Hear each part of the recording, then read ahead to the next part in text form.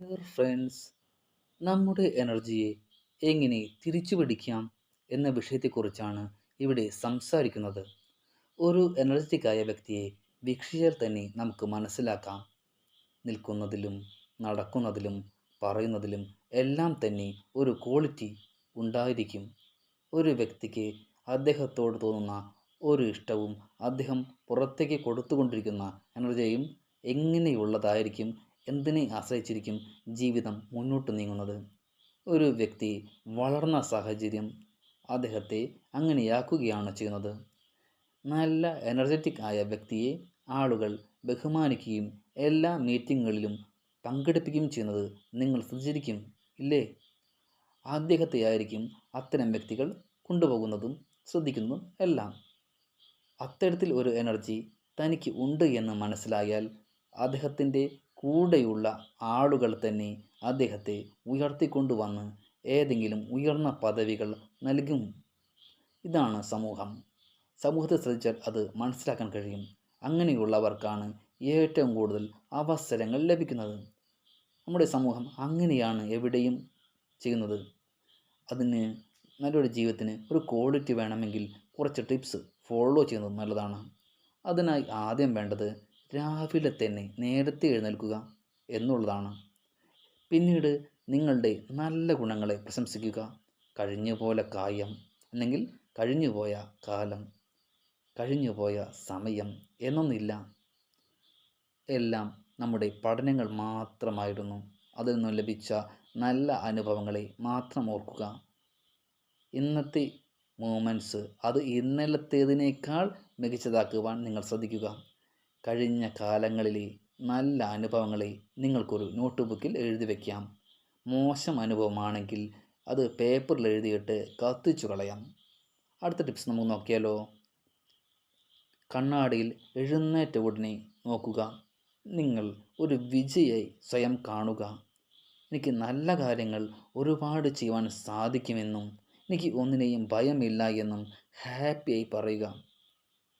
അടുത്ത ടിപ്സ് എന്ന് പറഞ്ഞാൽ നിങ്ങളുടെ ബോഡി ലാംഗ്വേജ് കണ്ടു കഴിഞ്ഞാൽ നിങ്ങൾ ഫിറ്റാണെന്നും ഹാൻസം ആണെന്നും നല്ല കോൺഫിഡൻസ് ആണെന്നും കാണുന്നവർക്ക് തോന്നണം. ഏറ്റവും പ്രധാനപ്പെട്ട കാര്യമെന്ന് പറയുന്നത് എക്സസൈസാണ്. ഇങ്ങനെ ഒരു എക്സസൈസ് ചെയ്യാനായിട്ട് ഒരു ദിവസം അരമണിക്കൂറെങ്കിലും വെച്ച് എക്സസൈസ് ചെയ്താൽ അല്ലെങ്കിൽ ചെയ്യുവാനായിട്ട് നിങ്ങൾ തയ്യാറാകുമ്പോൾ കൂടുതൽ കോൺഫിഡൻസായി എന്ന് ബ്രെയിന് നമ്മളെ നോക്കി കാണും. പവർഫുൾ കോൺഫിഡൻസിന് അത് കാരണമാകുന്നു. ഒരു പവർഫുള്ളായ ശരീരം നമുക്ക് സമ്മാനമായി ലഭിക്കുന്നു. മുഖസൗന്ദര്യം അല്ല നമ്മൾ ശ്രദ്ധിക്കുന്നത്, ശരീര സൗന്ദര്യമാണ്. നിങ്ങളുടെ ശരീരം എപ്പോഴും പെർഫെക്റ്റ് ആയിരിക്കുവാനും അതിൻ്റെ കൂടെ തന്നെ കൂളായിരിക്കുവാൻ സഹായിക്കുന്ന കംഫർട്ട് ഡ്രസ്സ് ധരിക്കുക. ഓരോ ജോലിക്കനുസരിച്ച് നമ്മൾ എക്സിക്യൂട്ടീവ് ഡ്രസ്സിലേക്കൊക്കെ മാറാം. എപ്പോഴും നമ്മുടെ മനസ്സിനെ നല്ല ചിന്തകളോടുകൂടി യുവത്വത്തോടുകൂടി നിലനിർത്തുക. ഇത്തരം നല്ല ശീലം ഉണ്ടായാൽ അറിയാതെ തന്നെ ഒരു വാക്കിംഗ് സ്റ്റൈൽ, നല്ല ഒരു ടോക്കിംഗ് സ്റ്റൈൽ നമുക്ക് വരുന്നതായിരിക്കും. നമ്മൾ അടുത്ത സ്റ്റെപ്പ് എന്ന് പറഞ്ഞാൽ മനസ്സിനെ എനർജിക് ആയിരിക്കുക എന്നുള്ളതാണ്. ഇതിനായി നല്ല ഇൻസ്പിറേഷൻ, മോട്ടിവേഷൻ സോങ്സ് എല്ലാം കേൾക്കുക. എന്നാൽ 15 മിനിറ്റിന് മുകളിൽ അതിന് സമയം ചിലവഴിക്കരുത്. മെഡിറ്റേഷനിലൂടെ നിങ്ങൾക്കിലേക്ക് കടന്നു വരുന്ന നെഗറ്റീവ് ചിന്തകളെ ഒഴിവാക്കാൻ കഴിയുന്നതാണ്. രാവിലെ തന്നെ ആവശ്യമില്ലാത്ത നെഗറ്റീവ് ചിന്തകൾ നൽകുന്ന മൊബൈൽ, ടി വി ഷോസ്, പത്രവാർത്തകൾ എന്നിവ ഒന്നും നോക്കരുത്, ശ്രദ്ധിക്കരുത്. അടുത്ത ടിപ്സ് എന്ന് പറയുന്നത് ഫുഡാണ്. ഫുഡ് ഒരു ദിവസം വർക്ക് ചെയ്യാൻ ആവശ്യമായ ഭക്ഷണം നൽകുന്നതാണ് ഭക്ഷണം. രാവിലെ നമ്മൾ ഭക്ഷണം കഴിക്കേണ്ടത് എങ്ങനെയാണ്? രാവിലെ രാജാവിനെ പോലെയും ഉച്ചയ്ക്ക് രാജ്ഞിയെപ്പോലെയും വൈകുന്നേരം മൃത്തിനെ പോലെയും ഭക്ഷണം കഴിക്കണം. നിങ്ങളുടെ ബ്രെയിന് ഏറ്റവും അത്യാവശ്യം വേണ്ടത് പോഷകഗുണങ്ങൾ നിറഞ്ഞ ഭക്ഷണമാണ്. പോഷകഗുണം എന്ന് പറഞ്ഞാൽ നിങ്ങൾ മനസ്സിലായില്ലേ? അത് ഉള്ള നല്ല വിലക്കുറവുള്ളതും എന്നാൽ ശരീരത്തിന് ഏറ്റവും ഗുണങ്ങളുമായ പച്ചക്കറികൾ കഴിക്കാം. അത് വളരെ നല്ലതാണ്. രാത്രി ഉറങ്ങുന്നതിന് 2 മണിക്കൂർ മുമ്പെങ്കിലും നമ്മൾ ഭക്ഷണം നിർബന്ധമായും കഴിച്ചിരിക്കണം.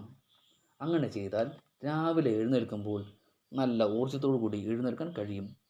എഴുന്നേൽക്കുമ്പോൾ നമ്മൾ 2 കാര്യങ്ങൾ ശ്രദ്ധിക്കേണ്ടതുണ്ട്. തലേദിവസം കിടക്കുമ്പോൾ 2 കാര്യം നമ്മൾ ശ്രദ്ധിക്കണം. കട്ടിയുള്ള ഭക്ഷണങ്ങൾ, മസാലകൾ കഴിക്കുന്നത് കുറയ്ക്കണം. ഇടയ്ക്കിടെ നന്നായി വെള്ളം കുടിക്കണം. അപ്പോൾ നമ്മുടെ എനർജിയുടെ നില അത് ഉയർന്നു തന്നെ ഇരിക്കും. അല്ലെങ്കിൽ നമ്മുടെ എനർജി നിലനിർത്തുവാൻ അത് സഹായിക്കും. പിന്നെ സമയം കിട്ടുമ്പോൾ ഒക്കെ നിങ്ങൾ ചെയ്യേണ്ട വേറൊരു കാര്യമാണ് നിങ്ങളിലേക്ക് പോസിറ്റീവ് എനർജിയെ കൊണ്ടുവരിക എന്നുള്ളത്. അതിനായി പോസിറ്റീവ് നോളജ് വർദ്ധിപ്പിക്കുവാൻ നിങ്ങൾ ശ്രമിക്കുക. അതിനായി നല്ല നല്ല ബുക്കുകൾ വായിക്കുക. ഇതൊക്കെ നിങ്ങളുടെ കോൺഫിഡൻസിനെ നേരിട്ട് ബാധിക്കുന്ന ഘടകങ്ങളാണ്. മോശമായി ആരെങ്കിലും എന്തെങ്കിലും പറഞ്ഞാലോ കേട്ടാലോ നിങ്ങളുടെ ഒരു ചെവിയിലൂടെ കേട്ട് മറ്റു ചെവിയിലൂടെ അത് വിട്ടുകളയുക. ആവശ്യമില്ലാത്ത കാര്യങ്ങളിൽ തലയിട്ട് നമ്മുടെ ഊർജ്ജങ്ങൾ